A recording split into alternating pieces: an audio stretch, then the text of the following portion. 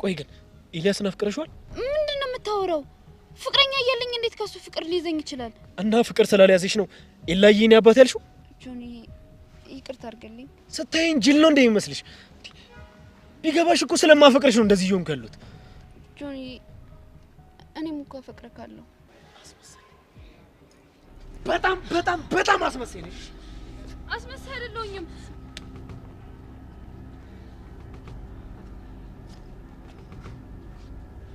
ሴት ልጅ መማታት ወንድነት ነው እንደሚመስል? ልታስደበድብኝ ጠርተሽው ነው? ጆኒ ተረጋጋ። እኔ አልጠራሁትም። በጣም አሳፋሪ ነሽ። ትላንትም አንቺ ራስሽ ልታገኙ እንደሄድሽ አውቃለሁ። እሱ ያሸልሽ ሊደብቅልሽ እንደሆነ አውቃለሁ። ይሁን ልጁ ለምን አትረጋጋም? እኔ ትላንትና ላገኛት ሄድኩት። ትሰሚያለሽ ሰብለ፣ ይሄንን ካንቺ አልጠብቅም። በጣም ግን አሳፋሪ ነሽ። አንተ ግን ያገናኛልሽ። ጆኒ ከዚህ በኋላ አጠገቤ እንዳትደርሽ ሰምተሽኝ? አጠገቤ እንዳትደርሽ።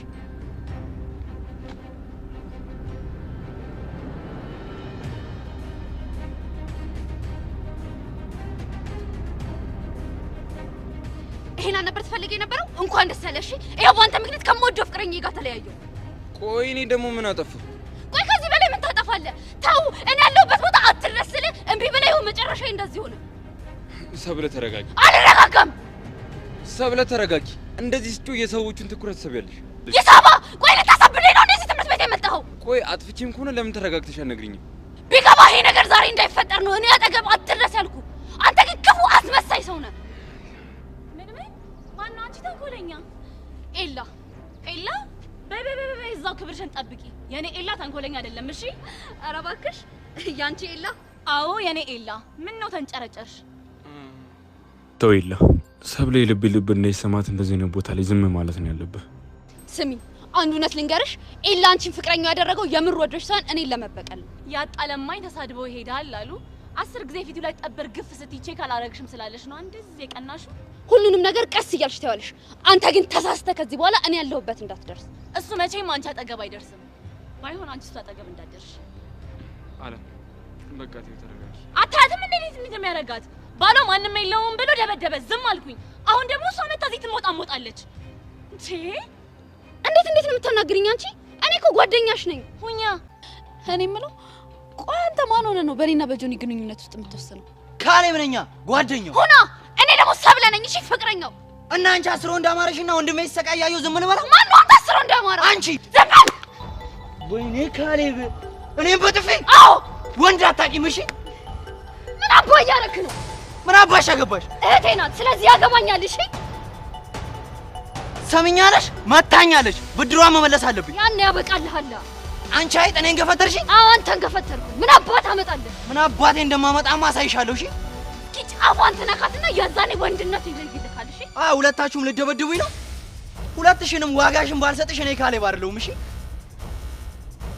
አስኮና አንቺ ደግሞ በኋላ ተሳስተሽም ቢሆን ከዚች ዓለም ከምትባል ሰይጣን አጠገብ እንዳትቀመጪ። ሰሚኛለሽ እንዴ? ምን ብዬ ነው ቦታ ቀይር ያለው ምላት? ለሷ አታስቢ። እኔ ቦታ መቀየርሽን ነግራታለሁ። እሺ ጭራሽ እንድትናግሪያትም አልፈልግም። ሰላምታም ቢሆን ገባሽ? አዎ ገብቶኛል። ሰብለ ይሄ መጨረሻ ማስጠንቀቂያ ነው። ዓለምን ከዚህ በኋላ የምታናግሪያት ከሆነ አላቅሽም፣ አታቂኝ። እሺ ሌላው ደግሞ ኤልያስም ቢሆን ያለበት እንዳትደርሽ። አረ ገደል ይግባ። እንዲች ብዬ ነው አጠገቡም አልደርሰው። በጣም አሪፍ። ሌላውን ቀስ እያልን እየተማከርን እናደርጋለን። እሺ ግን መሲ የጆኒን ይቅርታ ማግኘት አለብኝ። ለምን ብለሽ ነው ይቅርታ የምትይው? ፍቅረኛዬ ነው እና ደግሞ ተናዶብኛል። ስለዚህ ይቅርታ መጠየቅ አለብኝ። ምን እንደሚያፈላው ታውቂያለሽ? ጆኒ ፍቅረኛዬ ነው እያልሽ ስትቆረቆሪለት ማየት። መሲ በእናትሽ እንደሱ አትበይ። ጆኒን እኮ አፈቅረዋለሁ። እሱ ግን አያፈቅርሽም። ያፈቅረኛል። አይምሰልሽ ሰብሊ። ጆኒ እንደምታስቢው አይነት ልጅ አይደለም። የሚፈልገውን ነገር እስኪያገኝ ብቻ ነው። ከዛ በኋላ ሄዱ አይቀርም። መቼም የምንፈልገው እንደተጣላችሁ ታውቂያለሽ አይደለ? እሱም አረሳውም፣ ግን ደግሞ ስህተት እንደሆነ ገብቶት። ሰላም ወደ ቻናል ቤተሰቦች እንዴት ናችሁልኝ? እንኳን ወደ እኔ ቻናል በሰላም መጣችሁ። እንዴት ናችሁልኝ? እንዲሁም የአፍላ ፍቅር ቤተሰቦች ደህና ናችሁ ወይ? በአፍላ ፍቅር እንግዲህ በባለፈው ክፍል ላይ በክፍል 232 ላይ ሰብለ ከጆኒ ጋር ስትላፋ እንግዲህ ኤላዬ የኔ አባት ብላ አሁን ላይ ትልቅ ችግር ተፈጥሯል ማለት ነው። እንግዲህ ልቧን ኤላ ጋር አስቀምጣ የመጣችው ሰብለ እሷ ብቻ ናት ጆኒ አጠገብ ያለችው እንጂ ልቧ በፍጹም እሱ ጋር እንዳልሆነ እንግዲህ ማሳያ ነው። ይሄ ነገር እንግዲህ ትልቅ ችግር አመጥቷል። ጆኒ በየቀኑ ኤላን ከሰብለ ራቅ እያለ ሁለቱን ለማራራቅና ሁለቱን እንዲለያዩ አብረው እንዳይሆኑ እየጣረ ኤላን እንግዲህ እኔ ነኝ የመታሁት ብሎ ግቢ ውስጥ እስከማስወራት ድረስ የደረሰው ጆኒ አሁን ላይ ኤላ ልጅቷን ቢርቃትም ልጅቷ ግን ከኤላ መራቅ አልቻለችም። ምንድነው ሆዲ አባውን ምን ብቅል ያወጣዋን ብቻ የሆነ ነገር ይባላል እና ሰብለ እንግዲህ በሀሳቧም በምኗም የምታስበውን ኤላን ነው። ጊዜ ጠብቃ እንግዲህ እንደዚህ ዝም ብሎ የሆነ የመጣ ሀሳብ አይደለም፣ ያፎለምታም አይደለም፣ እውነታ ነው። እንግዲህ በውስጧ ያለውን እውነታ ነው እንግዲህ የተናገረችው። ይህ ነገር እንግዲህ በመካከላቸው ትልቅ ጦርነት ፈጥሯል እና እንግዲህ በዛሬው ክፍል ጆኒ አንድ ጥያቄ ጠይቋት ነበረ። ኤልያስን ታፈቅሪዋለሽ ወይ ብለው ቢጠይቃትም እኔ እንዴት ፍቅረኛ እያለኝ እሱን ላፈቅር እችላለሁ ብላ እንግዲህ አሁንም እንደ ድሮዋ እያስመሰለች ትገኛለች። ሰብለ ከጆኒ ጋር መለያየት አትፈልግም። ምንም እየገባኝ አይደለም። ሁለቱንም አፍቅራ ነው ወይስ ምን አይነት ነገር ውስጥ እንዳለች ራሱ ማለት ነው። በተደጋጋሚ ከጆኒ ጋር ተጣልታ ነበረ። ያን አጋጣሚ ተጠቅማ ከሱ መራቅ ትችል ነበር። ነገር ግን ራሷ እያለቀሰች ሂዳ ነው እንግዲህ ይቅርታ እኔ ያፈቅርሃለሁ እያለች ወደ እሱ እየተመለሰች ያለችው እና ግራ የሚያጋባ ነገር ነው የሰብለ ነገር። እንግዲህ ሁለት ሰው አፍቅራለች ማለት ነው። ኤላ ሲርቃት ከስር ከስሩ በሄደበት እየተከተለች አብረውት የነበሩ ሴቶችን እየሄደች ስለሱ መጥፎ ሰው እንደሆነና ከሱ እንዲርቁ እየተናገረች ከሴት ጋር ስታየው እየተናደደች የሚቀርባቸው ሴቶች ሁሉ የሆነ ለፍቅር እየቀረባቸው እየመሰላት እንግዲህ እየተደበቀች እያየች እየቀናች እያየናት ነው። ነገር ግን ደግሞ ከጆኒ ጋር መለያየት እንኳ አትፈልግም። ጆኒ ከዚህ በኋላ ከአንቺ ጋር ብሬ አልቀጥልም አልፈልግሽም ብሏት ራሱ ሄዳ ይቅርታ እየጠየቀችው ትገኛለች። ይሄ ነገር እንዴት ነው? ሁለት ሰው ማፍቀር ይቻላል እንዴ? በአንድ ጊዜ ሁለት ሰውን እንዴት ማፍቀር ይቻላል? ሰብለ እንግዲህ ሁለቱንም አፍቅራ ወይም ደግሞ ምክንያቷ ምን እንደሆነ አላውቅም። ከጆኒ መራቅ አትፈልግም። ኤላንም መተው ልቧ ውስጥ ያለው ኤላ ነው። ደግሞ ጆኒን መተው አትፈልግም እና እንግዲህ ይህን ጥያቄ ጠይቋት ነበረ። ልብሽ እኔ ጋር እንደሌላ አውቃለሁ። ያን ኤልያስን አፍቅረሽዋል ወይ እባክሽ ንገሪኝ ቢላትም እሷ ግን እኔ የማፈቅረው አንተን ነው፣ በፍጹም እንዴት ፍቅረኛ እያለ ሌላ ሰው አፈቅራለሁ እያለች እንግዲህ እንደለመደችው ማስመሰልን ቀጥላለች። እሱ ግን በሰዓቱ በጣም ተናዶ ነበር። እውነት ለመናገር ከሆነ ለአንድ ወንድ ልጅ አብረው ያለችው ፍቅረኛው እወዳታለሁ ብሎ የሚወዳት ፍቅረኛው ስለሌላ ወንድ በአቆላምጣ የሌላን ወንድ ስም ስትጠራ ታየኝ እኮ። እንደውም በጣም ጆኒ ትዕግስተኛ ነው ብዬ ነው ማስበው። በዚህ በኩል ሌላ ፍቅረኛዋ ሌላ ሰው ቢሆን እኔ እንቅ ነበር የሚያደርጋት እና እንግዲህ ጆኒ በጣም ነበረ ልቦ የተሰበረው። ድንግጥ ነው ያለው። በቃ ማለት የማይጠብቀው ነገር ነው። እሱ ከእሱ አጠገብ እንዳይደርስ ስንት ነገር እየጣረ እሷ ግን እሱን ከእሷ ቢያረቀውም እሷ ልብ ውስጥ ስላለ ግን እንግዲህ በጨዋታቸው መሀል እንኳ ሳይቀር ኤላን በመጥራት እንደውም አቆላምጣ ነውራ ጆኒን ጠርተው የማታውቀው ስም ነው እንግዲህ ኤላ የኔ አባት ብላ ተጣርታ ጉዳ ፍልታለች።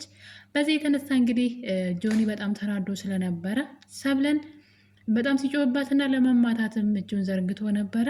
በዚህ ሰዓት እንግዲህ ኤላ ከየት መጣ ሳይባል ሰብለን ከጥፊ ያድኗታል።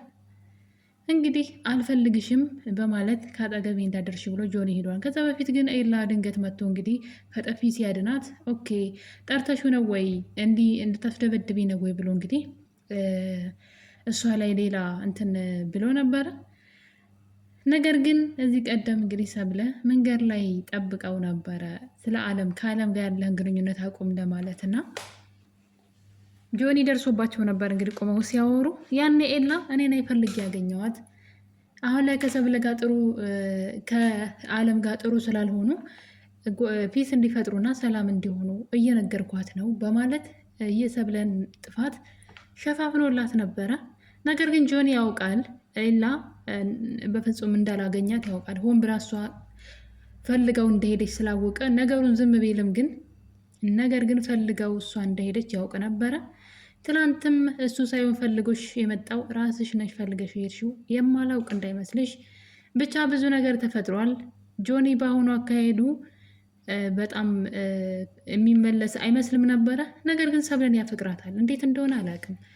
ስለ ሰብለ ሲወራ ከነ ክፋቷ ራሱ በጣም ነው የሚወዳት። ይወዳት ይሆን ወይም ደግሞ ከሷ የሚፈልገው ነገር ይኖር አላውቅም። ነገር ግን በሰብለ እንደዚህ እንኳ አድርጋው ስለ እሷ ሰዎች መጥፎ እንዲያወሩ አይፈልግም እና እንግዲህ በጣም ተናዶ ካሌብ ጋር ሂዶ ነበረ። ካሌብ እንደምታውቁት የእሱ ምንድን ነው የሚባለው አጨብጫቢ። እንደውም መሲ ምን ነበር ያለችው? ጌቶች ሲያወሩ ባሪያ ዝም ነው የሚለው ትለዋለች። እና የእሱ ተላላኪ ማለት ይቻላል። እና እንግዲህ ጆኒ ተናዶ ወደ እሱ ሂዶ ነበረ እና ስለ እሱ እንግዲህ ሰብለ ያለችውን ነገር ሲነግረው ነበረ። ካሌብ ይናደድና ይቺ ልጅ ግን አላበዛችውም ወይ? ለምንድን ነው የማትተዋት አይነት ነገር። እነዛ ሁሉ አንተ በጣም ፌመስና ተወዳጅ ሰው ነህ፣ እነዛ ሁሉ ሴቶች እያሉ ለምን ከአንዷ ጋር አትሆንም አይነት ነገር እንግዲህ ካሌብ እና ሰብለን ይነቅፋል ማለት ነው። እንደምታዩት ተነስቶ ግን ንቅ አድርጎ ሊገለው ነበረ ካሌብን። እና ስለ ሰብለ እኔ ሳወራ ማዳመጥ እንጂ ስለ እሱ ሀሳብ እንዳሰጥ በጣም ነው መወዳት እያለ ነው። ነገር ግን ይህ ነገር መሲ አልተዋጠላትም። መሲ ጆኒ በፍጹም አንቺን አይወድሽም እያለች ትገኛለች። አንቺ ጆኒን አታውቂውም፣ በጣም የተለየ ሰው ነው። ስለዚህ አንቺ እንደምታስቢ አይወድሽም እያለቻት ነው ለሰብለ። ሰብለ ግን እኔ ደግሞ ጆኒን ወደዋለሁ እሱም ይወደኛል ትላለች። ምንድን ነው ነገሩ? እኔ ምንም እየገባኝ አይደለም። ከኤላ ጋር ፍቅር ትጫወታለች፣ ጆኒንም ወደዋለሁ ትላለች። ኤላን የምታፈቅረው ከሆነ ጆኒን ልታፈቅረው አትችልም። ይሉን ተይዟት ነው እንዳንል ደግሞ በተደጋጋሚ ተጣልተው ተለያይተው ነበረ። ነገር ግን እሷ ናት በእርግጥ የሚጣሉት በእሷ ጥፋት ነው። ነገር ግን እሷ ራሷ ሄዳ ናት እንግዲህ ሄዳ ይቅርታ ጠይቀው አብረው መሆን የሚጀምሩትና በአሁኑ ግን በጣም ከባድ ነበረ እና እንግዲህ ሰብለ ራሷ አሁን ላይ ትቀይራለች እና በዚህ መሀል እንግዲህ ካሌብን አንቆስ ስለነበረ በዛ ላይ ስለ ሰብለ መጥፎ እንዳታወራ ብሎ ስላስፈራራው ከሱ ተደብቆ ሰብለን ለማውራት ሄዶ ነበረ ካሌብና እንደምታዩት ካሌብ ሂዶ እንዴት ጆኒ ላይ እንደዚህ ታደርጊያለሽ? ኤላን ታፈቅሪዋለሽ ወይ? ንገሪን ግልጹን ብሎ እንግዲህ እዚህ ጋር ሲከራከሩ ነበረ። በዚህ መሀል እንግዲህ ከጆኒ አጠገብ እንዳደርሽ እስኪረጋጋ ድረስ ብሎ እንግዲህ የሆነ በፍቅራቸው መካከል እየገባ ደግሞ እንትን ይላል። የሆነ ተላላኪ ነገር አይነት ነውና ሰብለ በጣም ትናደድና በእኔና በጆኒ ፍቅር መካከል አንተ ምን አግብቶ ነው የምትወስነው ብላ እንግዲህ አራስ ነብር ነው የሆነችበት። በመጨረሻም እንግዲህ አንቺ አስሮ እንዲወደድሽ እንደሆነ ልጁን ይሰቃይ ወይ ሲላት በጥፊ ነበር የመታቸው ሰብለ። በዚህ መሀል እንግዲህ መልሶ በጥፊ ሊመታት ሲል መከታ የሆነቻት እህቷ መሲ ደርሳ እንግዲህ አድናታለች ከጆኒ ጥፊ። እንግዲህ ኤላ አድኗት ነበረ። ትንሽ ቆይቶ ደግሞ ከካሌብ ጥፊ መሲ አድነዋታል። ሰብለ ትንሽ ኃይለኛ እየሆነች መታለች። መሆንም አለበት። ምክንያቱም አለም በጣም በሷ ላይ ትጫወትባት ነበር እንደፈለገች ማለት ነው። የአለም መጥፎ ማንነት አሁን ላይ ነው በደንብ ግልጽ ሆኖ የታየው። ለምሳሌ አሁን ላይ ልክ ኤላ የወደዳት ስለመሰላት ሰብለን በጣም ጥላቻዋን ለሰብለ እያሳየች ትገኛለች። በእርግጥ የሰብለም ጥፋት አለበት። መጀመሪያ ሲጀመር ሰብለ ኤላን የቀረበችው እኮ ለአለም ነበረ።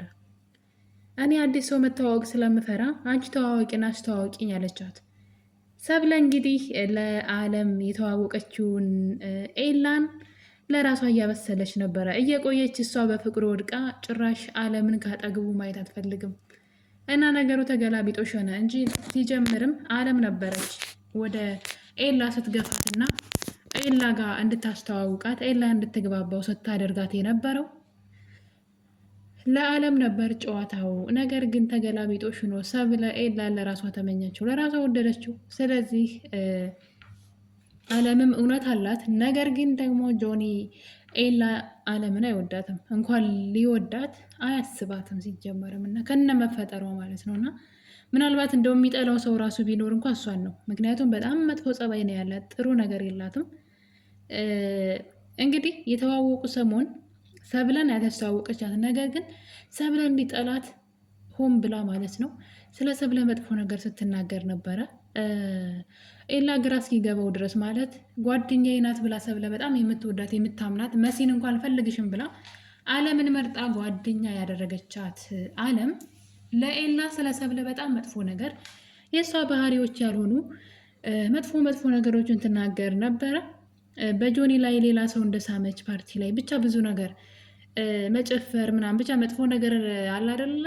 የሰብለ ባህሪ ያልሆኑ ነገሮችን ማለት ነው በመንገድ አስመሳይ ሰው እንደሆነች እና እሷንና ጆኒን ደግሞ ታዋቂ ስለሆኑ እንደቀረበቻቸው ለእውቅናቸው ብላ እንደቀረበቻቸው አይነት ነገር እንግዲህ ለኤላ ስለ ሰብለ መጥፎ ነገሮች ትነግረዋለች። በዛ ሰዓት እንግዲህ ኤላ መሲ ጋር ነበር ሄደው ስለ ሰብለ ንገሪኝ እስኪ ብሎ ሲጠይቃት እሷም እንግዲህ ከመጀመሪያ ማንነቷ ጀምራ ትምህርቷ ጎበዝ፣ ጸባይ ሰናይ እያለች ስታወራ እኔ የጠየኩሽ ከጆኒ ጋር ያላቸውን ጸብ በፍቅራቸው ለምን ተጣሉ የሚለውን ብቻ ንገሪኝ ሲላት እንግዲህ ምንድን ነው እሱ ሌላ ነገር ጠይቋት እንደሆነ የተጣሉት ማለት ነው። እና እንግዲህ የእሷ ባህሪ ያልሆነ እኔ እሷ ነው ብላ አለም እንዲጠላት ብዙ ጥራ ነበረ። ነገር ግን ሊጠላት አልቻለም። ይህ ሁሉ የዓለም ተግባር ነው። ዓለም ሲጀመር በጣም ጥሩ ጸባይ ያልሆነ ተንኮለኛ ነገር ናትና ኤላና ሰብለ አብረው እንዳይሆኑ በጣም ብዙ ነገር ጥራለች። በዛ ላይ ከጆኒ ጋር ሆና ብዙ ነገር በሰብለ ላይ ስታደርግ ነበረ። ሰብለ ደግሞ ስለምትወዳት ስለምታከብራት ከመሲ በላይ ለዓለም ትጨነቅላት ነበረ። መሲን ለሰብለ ብላ ከዓለም ጋር ትጣላለች። ሰብለ ደግሞ መሲን ነበር የምትጠላትና እንግዲህ በመጨረሻም አሁን ላይ ኤላ ፍቅረኛ ነው እያለች ማወጅ ጀምራለች። ዓለም በየግቢው እየዞረች ከጀንቱሉ ጋር ፍቅር ጀምሬያለሁ እያለች ትገኛለች። ይሄ ነገር ያላስደሰተው ናታን እንግዲህ ኤላን ሲያወራው ነበረ። ከዓለም ጋር ያለ ነገር ምንድን ነው? ከእሷ ጋር ፍቅር ጀምረሃለሁ ብሎት ነበረ። ኤላም እንግዲህ በፍጹም እንደዛ የሚባል ነገር የለም ዝም ብዬ እሷ ስላወራች ይሁን ብዬ ነው ዝም ያልኩት ሲል ይሄ ነገር ቆይቶ ችግር እንደሚያመጣበት እና ከአሁኑ እንዲያስተካክለው ናታን ሲነግረው ነበረ። ናታንም ኤላም እንግዲህ በዚህ ሳምንት ቁርጧን እነግራታለሁ ብሏል። ያው ፍቅረኛ እንዳለው እዚህ ቀደም ነግሯት ስለነበረ እኔ እኮ ፍቅረኛ አለኝ ብዬሻለሁ ጀስት አንቺ ስላወራሽ ነው ብሎ ከእሷ መለየት ነው ያለበት። ነገር ግን ኋላ ላይ ሰብለንም ልትጎዳት ትችላለች። የጊዜ ጉዳይ ነው እንጂ ኤላና ሰብለ አብረው መሆናቸው አይቀርም። ኤላ ሰብለን ካጠገቢያ ተድረሽ ይላል።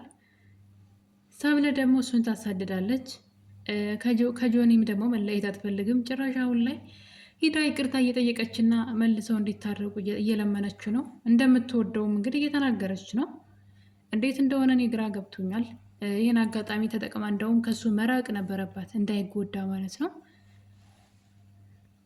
ሌላው እንግዲህ ካሌብ ነው። ካሌብ ያው ብዙ ጊዜ ከመሲ ጋር አይስማሙም ነበረ። ዛሬ እንግዲህ ሰብለ በጥፊ ስትመታው መልሶ ሊመታት ሲል መሲ ደርሳ ነበረ ያስጣለቻትና ሁለቱ አብረው ሊደበድቡት ነበረ። እንደምታውቁት ካሌብ በሙያ ገባው ጥልቅ እያለ እየገባ ያው በነ መሲ በጥፊ መመታት የተለመደ ነው። ያው ወሬ ያቃጥራልና ነገር ግን ዛሬ ላይ ትንሽ ያመረረ ይመስለኛል። እንግዲህ ካሌብ መሲ ወደ ቤቷ ስትሄድ መንገድ ላይ ይጠብቋታል። ሊደበድባት ይሆን ወይስ? በጣም የሚያስፈራ ነው። ምናልባት ናታን ካልደረሰላት ሊጎዳት ይችላል ብዬ አስባለሁኝ። ምክንያቱም በጣም ተናዷል። ከመሲ ጋራ በፍጹም ነው የማይስማሙት። ጭራሻውን ደግሞ ሰብለ ተጨምራለች ማለት ነው። እና እንግዲህ የአፍላ ፍቅር የሰብለና የኤላ ፍቅር አሁንም ጭቅጭቅ አልተለየውም፣ ወይም ደግሞ ችግር አላጣውም ማለት ነው። ኤላም እስካሁን ድረስ እጁ አልዳነም። ምናልባት ኤላ እጁ ከዳነ በኋላ ጆኒ ዝም ብሎ አያየውም። ምክንያቱም በጣም ብዙ ቀልዶበታል፣ አሽፎበታል እና በዛ ላይ ደግሞ እሱ ፊት ለፊት ሳይጋጠመው እሱ ነው እጅን የሰበረው ብሎ እንዲዋሽና እንዲያወራለትም አድርጓል። ስለዚህ በጣም ብዙ በቀሎች አሉት። ኤላ እጁ ሲድን ምናልባት ከጆኒ ጋራ የማይቀር ድብድብ ይኖራል ማለት ነው። ምናልባት ያኔ እንግዲህ ሰብለና ጆኒ በራሳቸው ፍቃድ ሊለያዩ ይችላሉ ብዬ አስባለሁ። ምናልባት ጆኒ ከእሷ ሊርቅ ይችላል ያኔ ማለት ነው። ምክንያቱም ቃል ስለሆነ።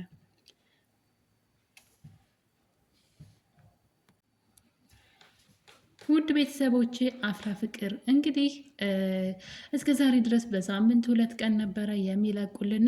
እናም በብዛት እንግዲህ ኮሜንት ላይ በሳምንት 3 ቀን ቅዳሜ ይለቀቅ የሚል ብዙ ኮሜንቶች እና ጥያቄዎች ይበዙ ነበረ። ጥያቄያችን እንግዲህ ሰምተው ማለት ነው ደራሲው በሳምንት 3 ቀን ተደርጓል።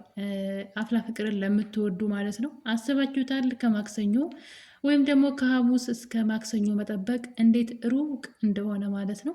እናም አሁን ላይ እንግዲህ በዛሬው ክፍል 233 ቅዳሜ ቀን ዛሬ ተለቆልናል ማለት ነው። ውድ ቤተሰቦቼ በሌላ እንግዲህ በክፍል 234 እስከምንገናኝ ድረስ የአፍላ ፍቅር የዛሬው ትረካችን ይህን ይመስል ነበረ። እንደወደዳችሁት ተስፋ እናደርጋለን። ለቤቴ አዲስ የሆናችሁ ሰብስክራይብ አድርጉ። ይህ ቪዲዮ ደግሞ ስትጀምሩ ሼር እና ላይክ በማድረግ አበረታቱኝ። ሁላችሁንም እወዳችኋለሁኝ። በሌላ በአዲስ ቪዲዮ እንገናኛለን። ባይ ባይ።